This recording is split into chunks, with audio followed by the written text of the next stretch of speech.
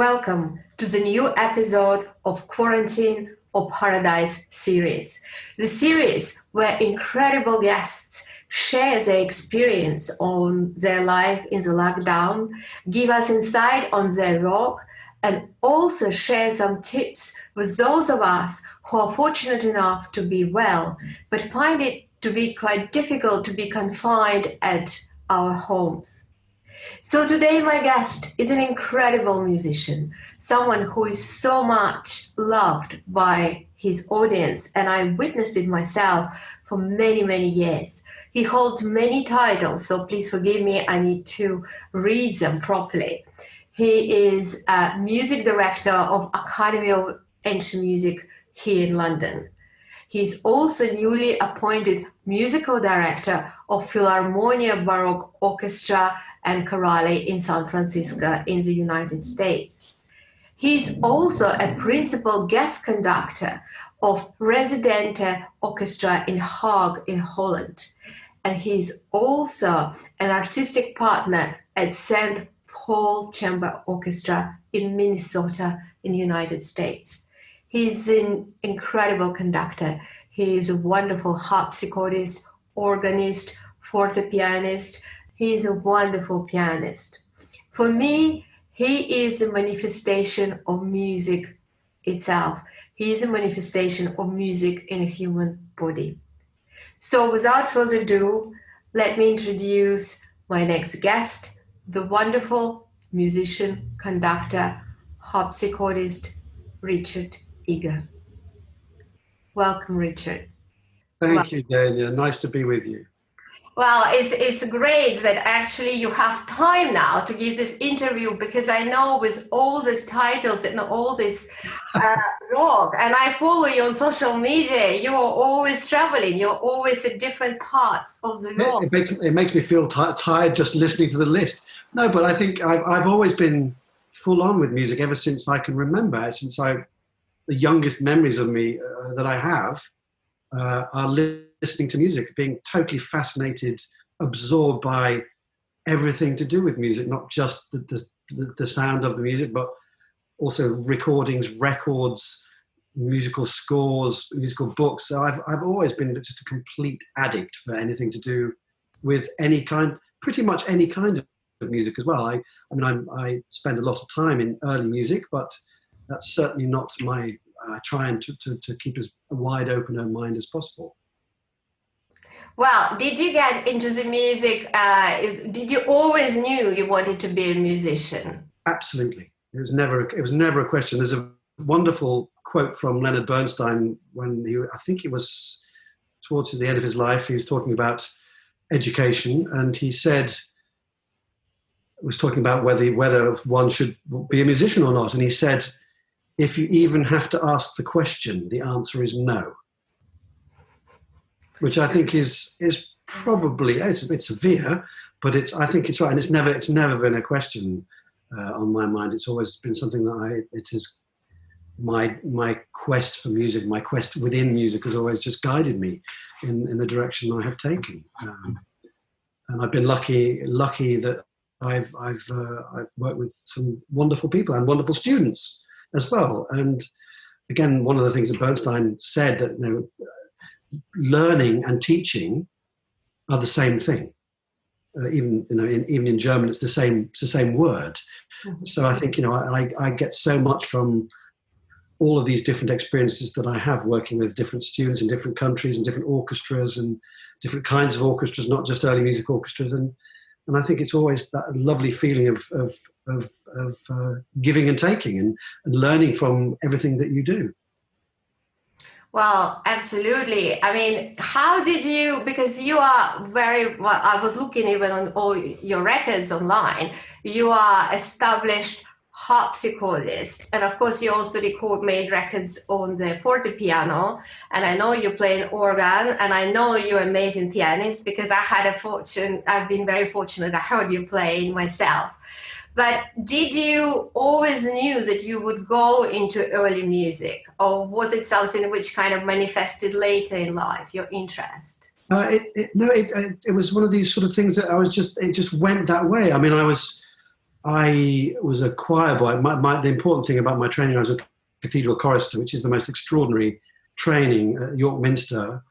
And it was an incredible training. And up until that point, I hadn't really experienced anything like classical music. So until the age of 8 or 9, I was listening to the 50s crooners, Rosemary Clooney and Perry Como, and not even Frank Sinatra. That was a bit too hardcore for my parents. But I was into Cliff Richard, big time into Cliff Richard. Oh. All the stuff, all the great pop from the 60s.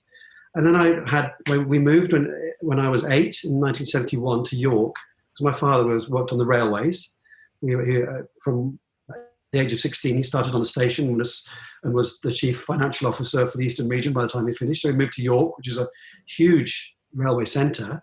And I had a fabulous piano teacher in the village, Joy Taylor, a little village outside York, who said, after a year, I went to the village school. I wasn't even in York, in the tiny little village school. She said, I think you should audition for the choir.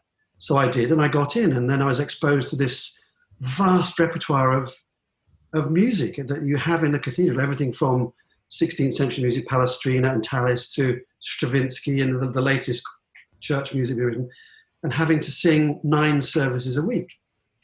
Not repeating music. We always had a new anthem every service. So the sort of process, music I was processing was extraordinary.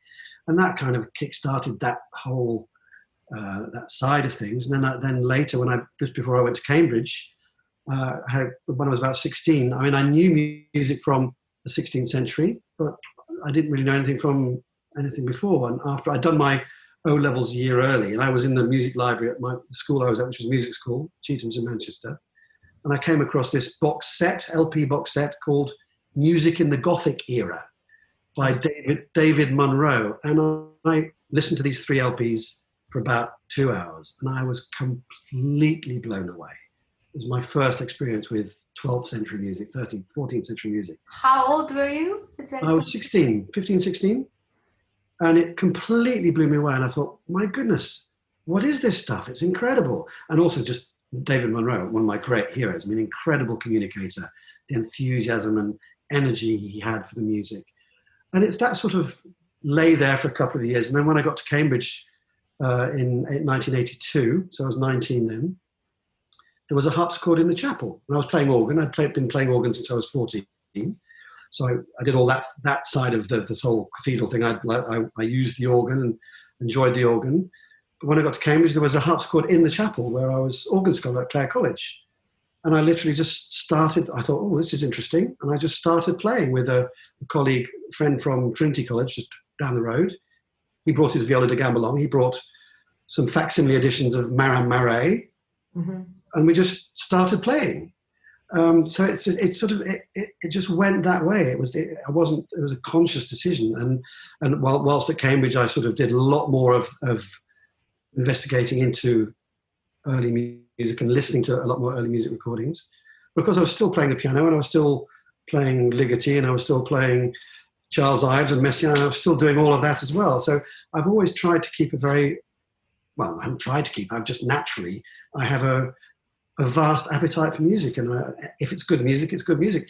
Even yesterday, I have discovered an avenue which I want to explore. Do you know Arca, the Venezuelan? Yeah, well, somebody I hadn't come across. So fascinated because I'm a great Bjork fan, and I noticed that she's on the latest album, which is coming out in June, July from Arca. So I'm just endlessly fascinated by music, and I've come across things either like that or from I have a 21-year-old daughter who listens to all sorts of stuff. So I sort of experienced BTS, the Korean pop group, because she was really into them, and Aurora, the great Norwegian singer-songwriter. So it's fascinating. And that's one of the things that certainly keeps me sane, apart from my little daughters, they keep me grounded, is this incessant quest for. There's always something to find out, and there are always questions to be asked and stuff to find out about all sorts of music. And so. Well, I would say that you're one of those people, because I think we can say as listeners, how we met, because I was the first year when I arrived to the UK and I got a scholarship to study at the Guildhall School of Music, and Richard was my professor, and you were teaching me to play fortepiano. So I was very, very privileged to have those lessons. And I remember that you kept coming up with, and you were telling me, apart from what we were working on, you kept mentioning incredible pieces of music, which I have never heard of. And since then, obviously, you have this kind of knack or quality finding music out of nowhere, which no one knows and which is incredible. I mean, how do you go about it? How do you find it? Well, it's that mindset, just wanting to, and you often find things by accident or just just by something which sparks, say, hey, what's this? I remember, for instance, probably 10 years ago now, and of course I was very familiar with the music of Orlando Gibbons, the great church and not just church, but a great composer from the beginning of the 17th century, end of the 16th, beginning of the, and I remember I was reading some quotes I was reading through bits of Pepys's diaries, because they're quite fun to dip into every now and again. And I came across this little sentence talking about the great Mr. Gibbons and what a great composer he was, and a great player. And I thought, hang on, this is 1662. This isn't Orlando Gibbons. Who is this guy that I know? Who is he? And he was organist of Westminster. He was the son of Orlando. Oh. And again, a completely forgotten figure, because he was writing music during the Commonwealth when Cromwell was in charge, when music and theatre were basically officially they were banned. So he was in the provinces, he was in Oxford and not in the capital a lot of the time. But I think because of that, his sort of music had been sort of left, and nobody was. I couldn't find any recordings. I could hardly find any scores of the music. So I wrote to libraries and got a whole bunch of music, and there's this incredible music by him for strings and organ, the two violins, gamba, organ, and really the missing link between the old generation of William Laws from before the interregnum and Matthew Locke and Henry Purcell. So he fits he's this really important figure that fills the gap, and it was lovely to find it, and it's great music, but it just because it just sort of lost. So you're always inspired by a little reference or whatever. And Dussek is another great hero and a cause of mine. He's a fantastic composer, and for pianists, he should be someone that everybody is playing. How many people play sonatas by Dussek in recitals? Pretty much zero. Exactly. Because I think everybody has probably been given one of the really sort of light, easy sonatinas opus 20 to play when they're about 5 or 6. Yes. And that's all you experience. But there's a massive and really important literature of huge, incredibly interesting piano music by him. Mm-hmm. Sonatas written in 1804 or 5, which sound like Chopin and Schumann, the way that the harmonic content and what he's trying to do. They're fascinating people, and really important composers. And it's sort of driven by market forces. People are sort of a bit scared of hearing something that they're not used to, and promoters are, I'm afraid, just as bad. They won't take a chance. It's even hard enough to program Schumann and Haydn with most promoters. So it's just fascinating to find these characters who are really, really important people, and were, at the time that they were living, were massively famous and important composers, and have just sort of been left on the shelf now. And it's nice to find these people and try and give them a bit of a leg up in the voice to come through. So the last recording that I did with the Academy before sort of closed down was we did a performance of Dussek's Solemn Mass, Messe Solennelle, which is one of his last pieces, written in around 1810, 1811. There's no edition. There's only one manuscript, which is in Florence, which I, again, through a nice series of circumstances, I happened to be able to get. I failed to get it for about 5 years, and suddenly, just through pure coincidence, I managed to get hold of a copy of it. So after sort of 3 or 4 years, we've now recorded it, and we're making an edition of it in the Academy of Music. So I mean, it's really exciting to find find these things sort of by chance almost. But I think you have to have the sort of inquiring mind and this total addiction, which I have, to wanting to find stuff. And it's the same mindset that drives me and drove me, I guess, into the early music field. It's wanting to find out how this amazing music sounds on machines that were there to do the job for the music, and what you can learn about the music by playing that music on the old machines. I have a couple of questions actually in terms of that. So, there's two camps in at least two.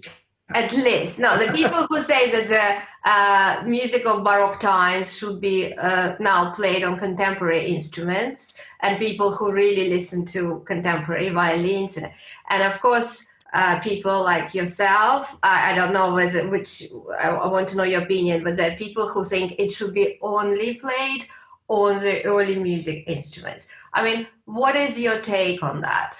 I think that both of them are talking rubbish. Okay. People who say, "Oh, it should only be played on modern instruments," they obviously have little desire or understanding about what the music is supposed to sound like on the old instruments. And the people who say it should only be played on old instruments, it's the same problem in reverse. It's not about playing Bach on a Steinway or playing Bach on a synthesizer, which I have done, doesn't make you play it any worse. It's this that makes an attitude which makes you play music badly. It's not about the instruments. It's about wanting to know about this amazing music. Wouldn't any decent, intelligent musician, wouldn't you love to have heard Bach play? Would you have loved to have heard Monteverdi being sung in 1610? Wouldn't you? I mean, so how do we do that? I mean, that's the starting point. Well, you have to read, you have to look at historical sources, and you just gather as much information as you can. Mm-hmm. And then once you've digested that, then comes the task of saying, well, I think I know what I feel. How do I communicate that to an audience? Now, and you do that in different ways in different circumstances. I'll often do this. I've done, let's say, the Bach Third Orchestral Suite. I've played that with the Academy of Ancient Music with single players. I've played it with the Seattle Symphony with full symphony orchestra. I've played it with it's a modern full symphony orchestra with a big band. I played it with St. Paul's Chamber Orchestra with, again, a slightly smaller band. My idea, my take of the music doesn't change because of the different people I'm working with.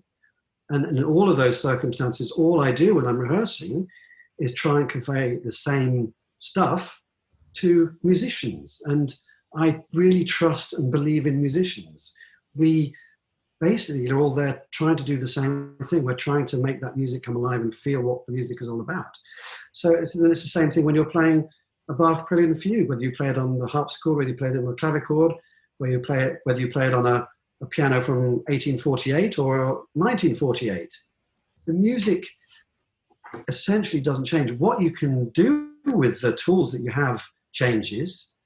But when I play Bach on a modern piano or an earlier piano, for a romantic piano, there are some things that you can do on that piano which you can't do on a harpsichord.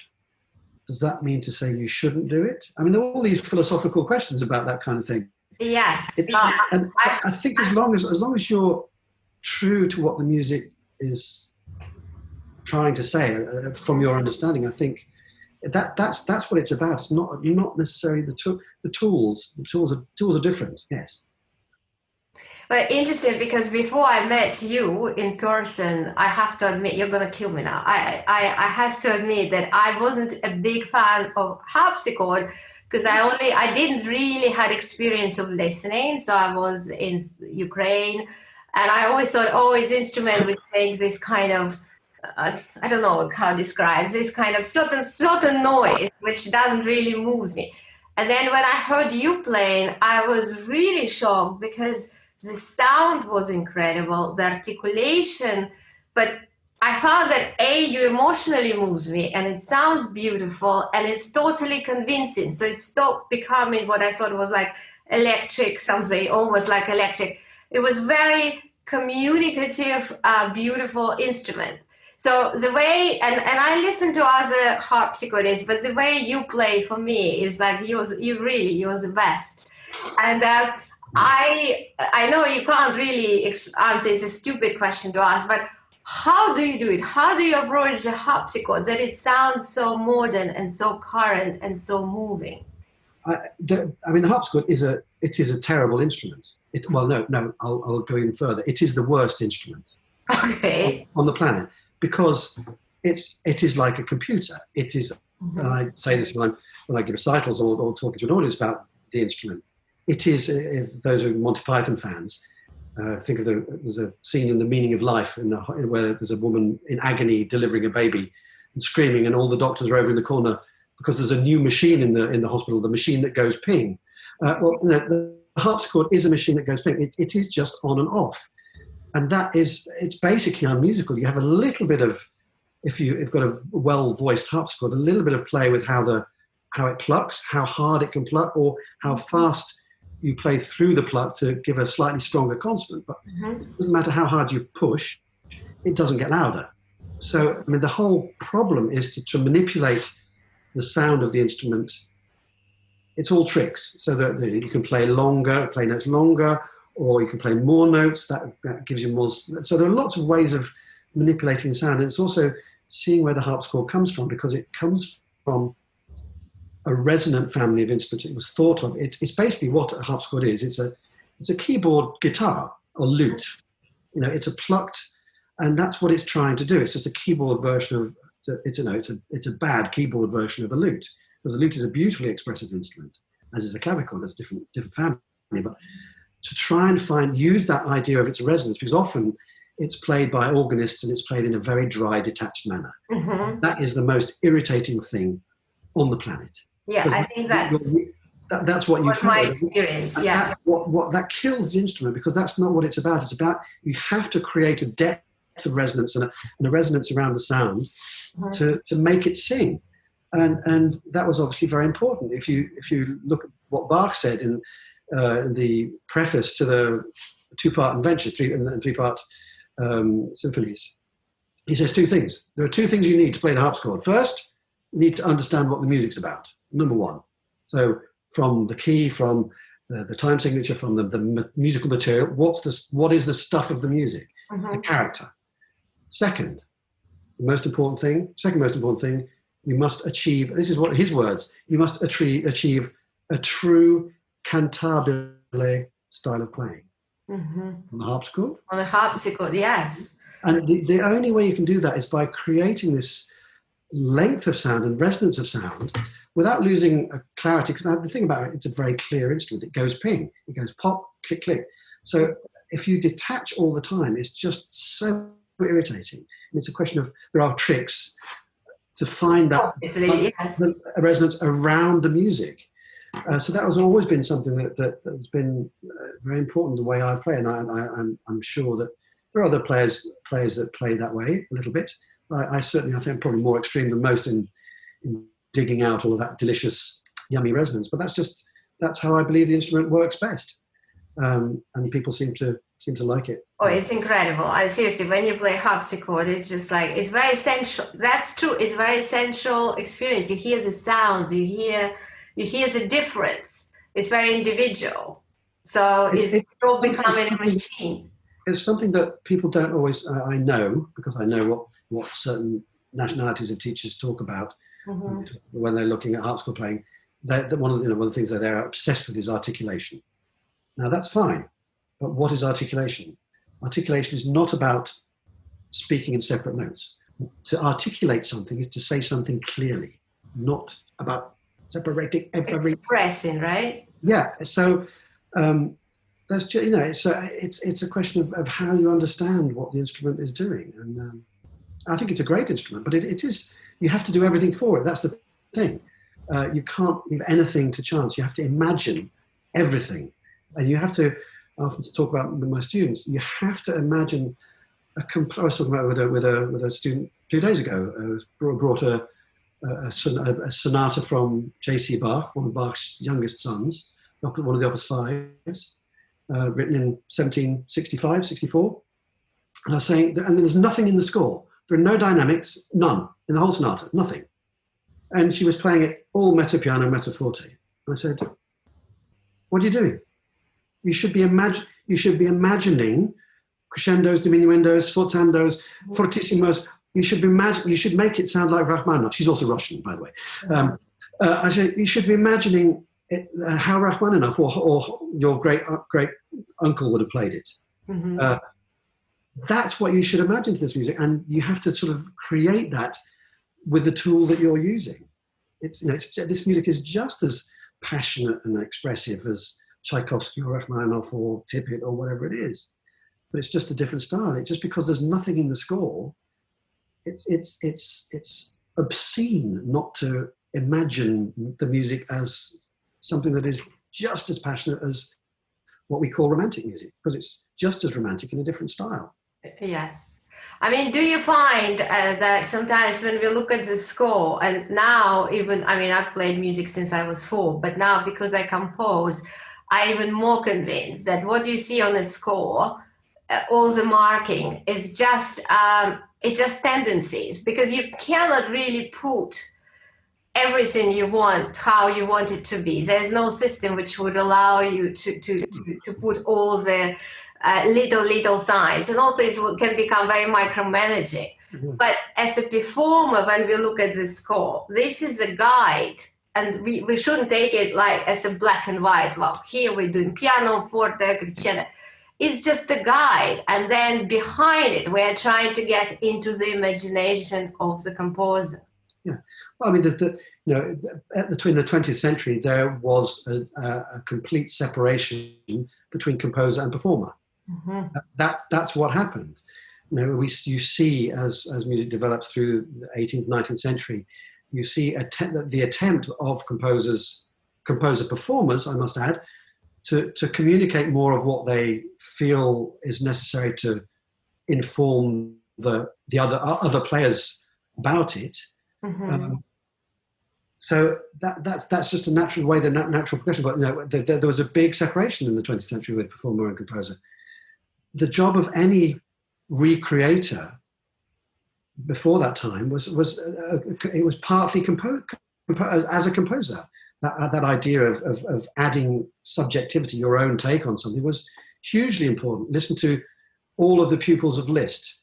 They all play the Liszt pieces very differently. Mm-hmm. And Liszt was totally happy with that. There's not this idea of early music that there is a truth. It's rubbish. A Chorale or Handel violin sonata, if Chorale heard a violinist playing the ornaments that he left as examples of his ornaments, he would be appalled. He would expect a performer to add their own take on the skeleton of the sonata. So that, in a way, the composition is sort of half the composition, if you like.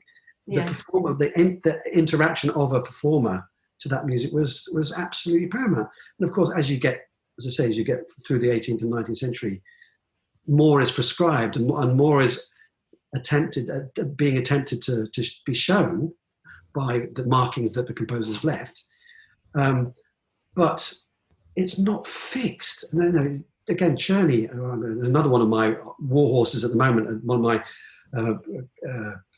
things I'm on a crusade about. You read what Czerny says in his big piano school at Opus 500, which is a hugely important piano school. It tells you about how to perform Beethoven, Chopin, all that stuff, and apart from all the technical stuff. He says, if you're playing a minuet or a scherzo and trio, and if you go back to the scherzo, if it says pianissimo, play it fortissimo. Great. Now that idea of, if you're repeating something or you have something again, or there's something to be thought about in a different way, yes, you should do it. It's the same thing about people who say, you mustn't add ornamentation in Bach or Mozart. Oh, no, it's absolute tripe. It's just not true. It's not that idea that music was that fixed is just wrong until you get to the 20th century, when it becomes really that disconnect between composer and performer, that's when you have all of these kind of problems to deal with. And that's what I think is wonderful. I find wonderful about this investigation. The more I read, the more I look at things, that in a way, the more freedom it gives me as a performer to think, to take a piece and go, okay, right. When I repeat this phrase, I'm going to do it differently. I'm either going to add a whole bunch of ornaments, or I'm going to play it in a completely different dynamic, or change the article. And that's absolutely what would have been expected. To play the same phrase the same way twice would have been an abhorrent idea to anybody until the 20th century. Just it doesn't fit the sort of whole aesthetic of music and what music was about. So I get very passionate. No, me too. This is why I really like in piano playing, in history of piano playing, all the earlier, well, obviously there's a lot of incredible artists now, but the culture of playing of the earlier 20th century on the piano, when it was absolutely fine to be different.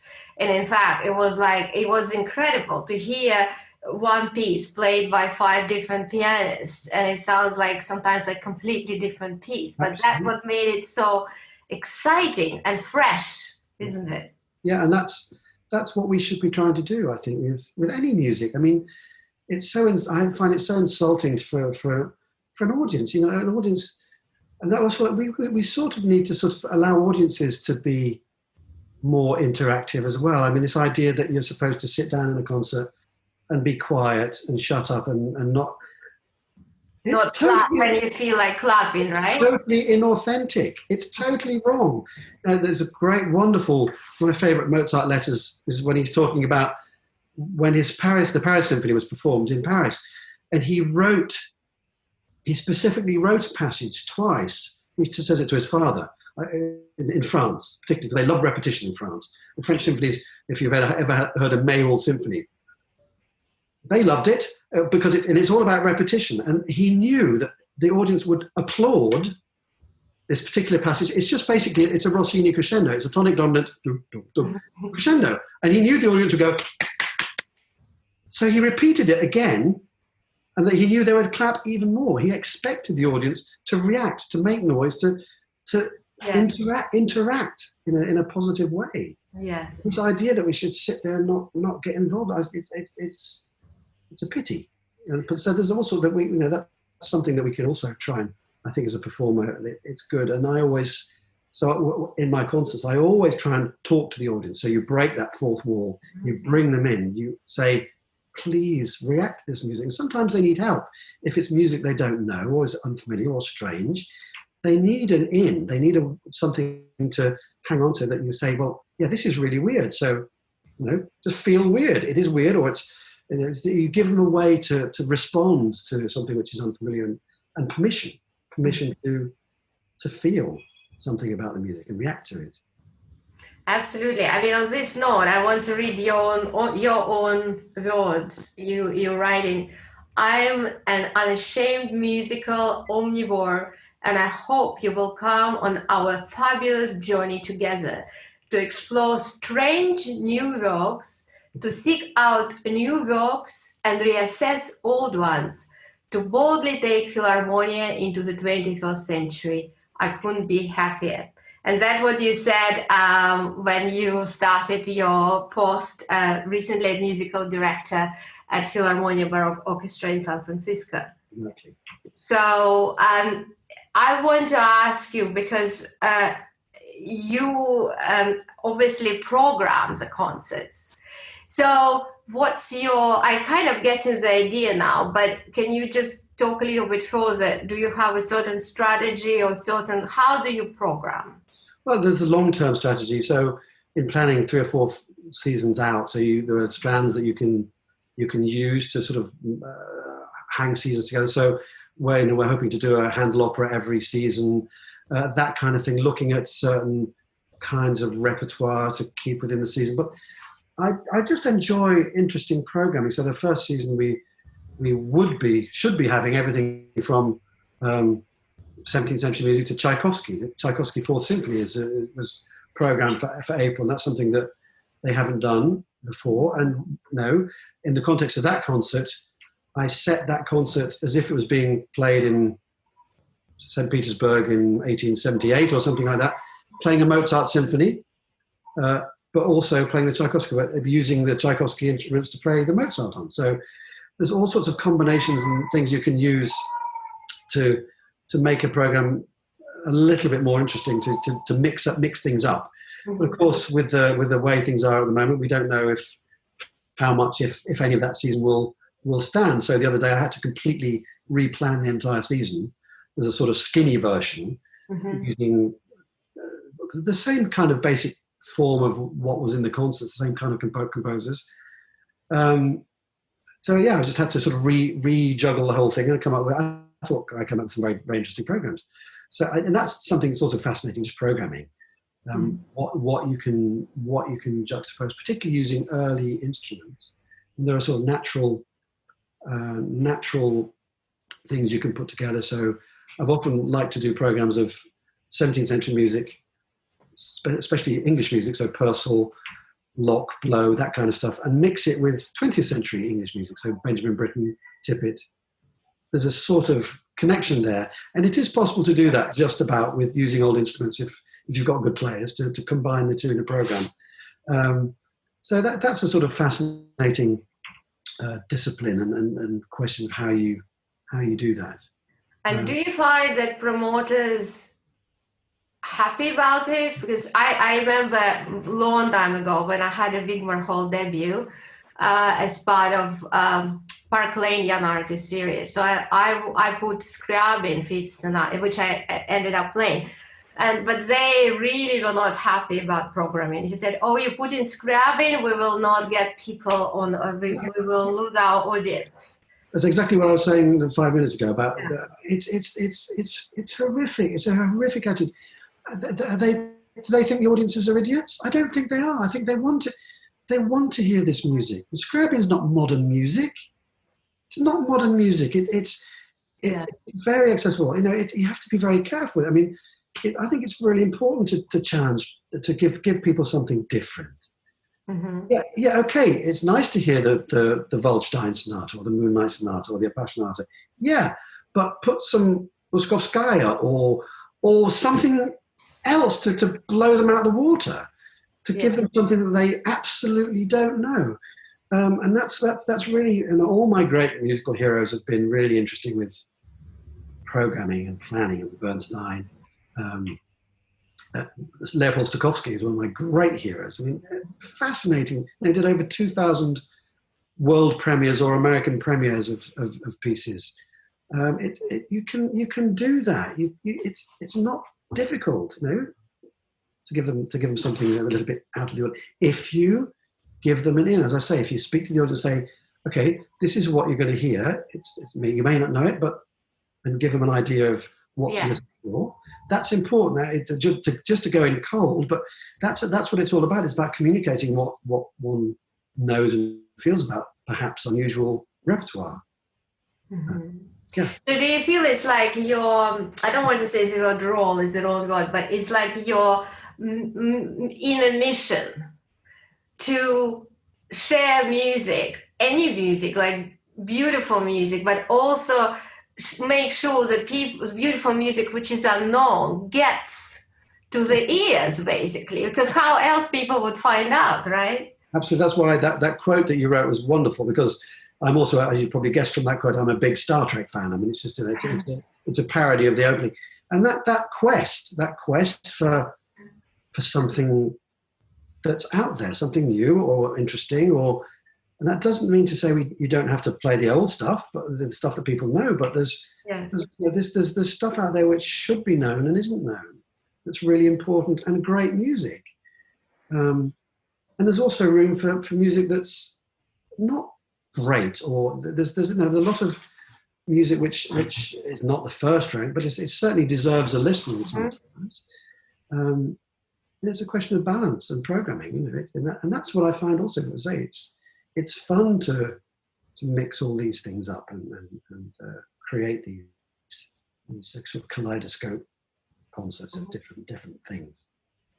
And can I ask you, because obviously you conduct chamber music, you conduct operas, basically you conduct everything. So do you enjoy conducting more than playing, or is conducting more difficult, or if it's easier, what's your... It's all, I don't feel any difference about any of it, any of what I do. I enjoy it all. I really enjoy it all, and it's been nice to actually again to do the the piano duet stuff I'm doing with my wife now. I did some at school, but it's great repertoire. I mean, it's an incredible repertoire. So all of these things, conducting, whether it's a chamber orchestra or a full orchestra, and again, I don't approach it any differently. It's all about sharing. It's all about sharing knowledge, inviting people into your. If you're if you're conducting there, you're inviting them into your view of something. Yes. But trying to persuade them with what you know and give them, again, interesting ways of explaining the music. What I don't do when I go to a modern orchestra is give them a negative list of things that they shouldn't do. I don't go, good morning, ladies and gentlemen, no vibrato. I don't do that. It's absurd, for number one. Mm-hmm. I just talk to them as musicians, and I talk in terms of colour, similes, metaphors, smell, whatever gets the message across. Mm-hmm. That's how I try and communicate and interact. So it's I don't treat it any differently when I'm with a big orchestra or a big choir and orchestra than I do when I'm with a small chamber group. It's all about, again, that interaction and exchange. So I don't think it particularly any differently, no. So now, being in lockdown, first of all, how are you finding it yourself? Well, I moved house, which occupied me for a little bit, so that was a sort of month gone. But no, it's very weird. Like I'm sure everybody is experiencing. It's very strange. Certain things are difficult, but mostly, I mean, Holland certainly, it's not been too disastrous. You can still get stuff, and where we are allowed to go out. We have two small children. One's nearly 3 and one's nearly 2, so we can go out. There's water just at the front of the house. There's a playground, and so we're mostly safe. We can get out. We're not absolutely confined. We've all been well so far, which is excellent. Very great blessing. It's just weird, and not suddenly your diary is empty. Well, that's my next question. I mean, I was always a soloist, so I don't really know about orchestras live, but I'm assuming you have your schedule planned for a couple of years. Yeah. And so what's happening now? And what's happening with all the musicians? Well, I think it's different depending on which organisation. Mm-hmm. I mean, my diary is empty completely. I mean, I don't know what will come back in. It depends on whichever. So, for instance, Philharmonia, we've planned for the worst case scenario. So I've planned these little programs, which maybe we can do with a few people online or whatever. Mm-hmm. With the orchestra in the Hague, that orchestra is a salaried orchestra. They have a subsidy from their area. Yeah. So their salaries are safe for the next year. So we're trying to find ways to gradually put on, again, things coming out, try and keep people engaged, occupied. So we're going to start to, hopefully even in a few weeks' time, start doing some little projects, some little Baroque projects. So that's nice for them. At least, they have an income. But with other freelance orchestras, that's not the case. So St. Paul's Chamber Orchestra, for instance, where I'm one of the artists, they decided that the whole of next season they're only going to use local musicians because they had to make some budget cuts. Yeah. So visiting foreign artists was just impossible for them to survive.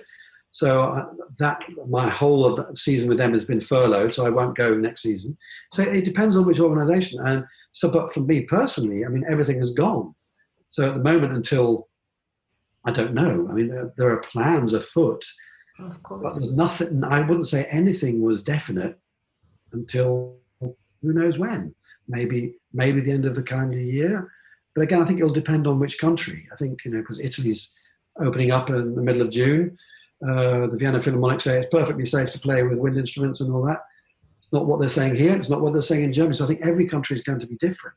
Yes. We're gradually seeing a sort of an attempt to poke around and see what might happen. But I think you just have to be, I know it's really difficult, and I'm sure it's really hard for freelancers. And I know it is, because I am one.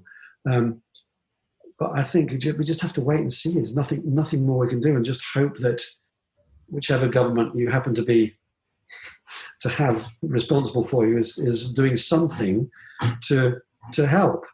But that's a national problem, I guess. But it's just very strange.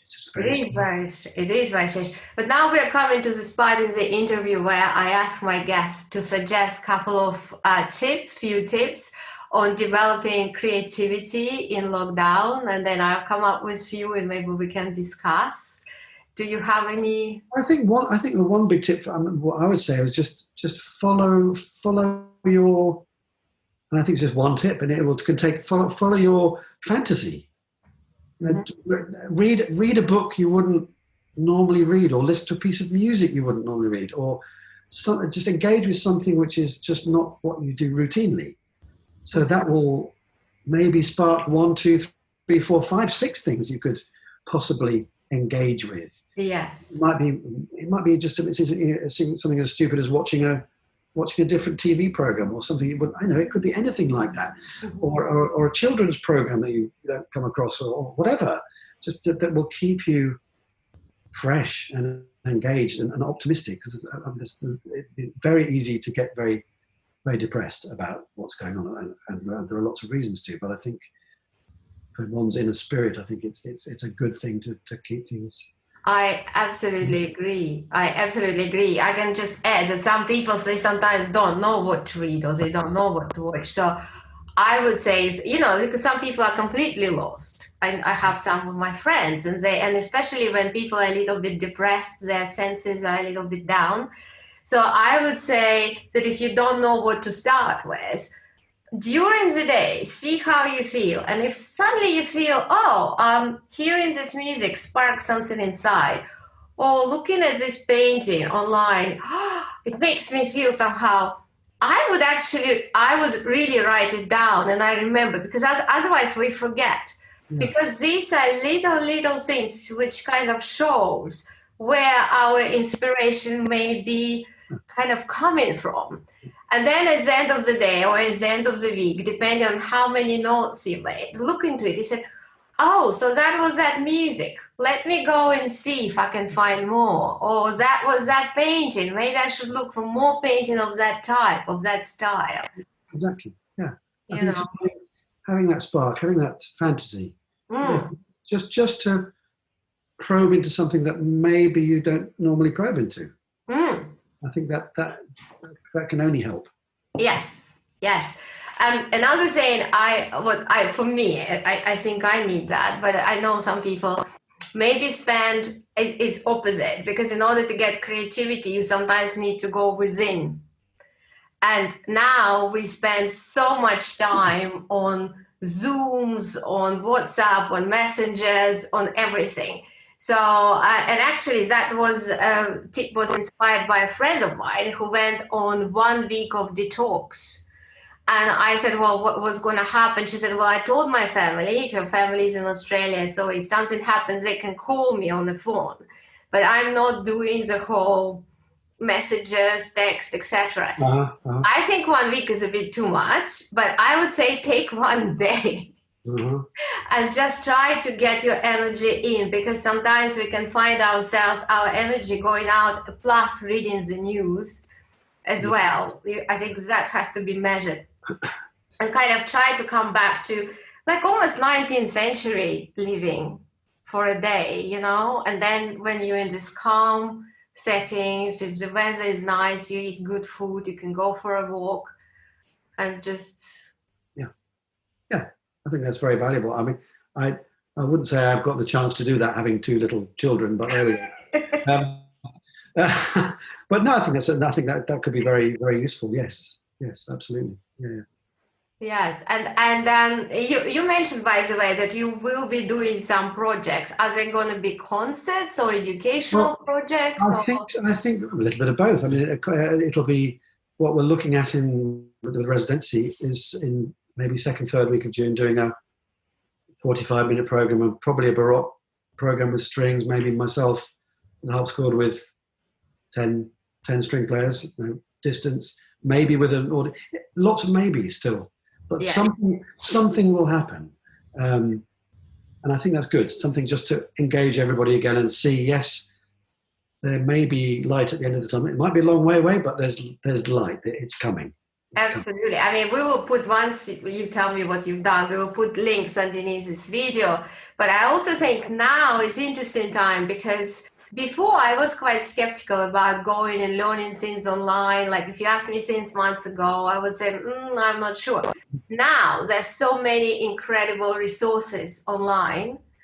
I mean, there are a lot of rubbish resources, but there are really a lot of from incredible professionals in any industry, from musicians, from authors, writers, painters, actors.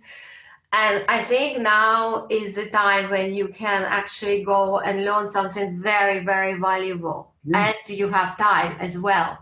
So that would be... As you suggested, do you think I should get on Babbel and learn Russian? Yes. And then maybe we can do another session with you here in Russian.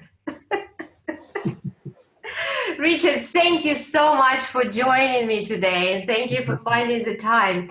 I'm sure that our viewers learn a lot, and we will put a lot of links underneath this video, and if you have any questions, please do leave them, and I will do my best to answer as soon as I can. And thank you so much for watching, and please do join me on all the forthcoming videos and interviews. Thank you very much, Richard. Thank you. Jen, it's a great pleasure, real pleasure. Thank you. Thank you. Bye.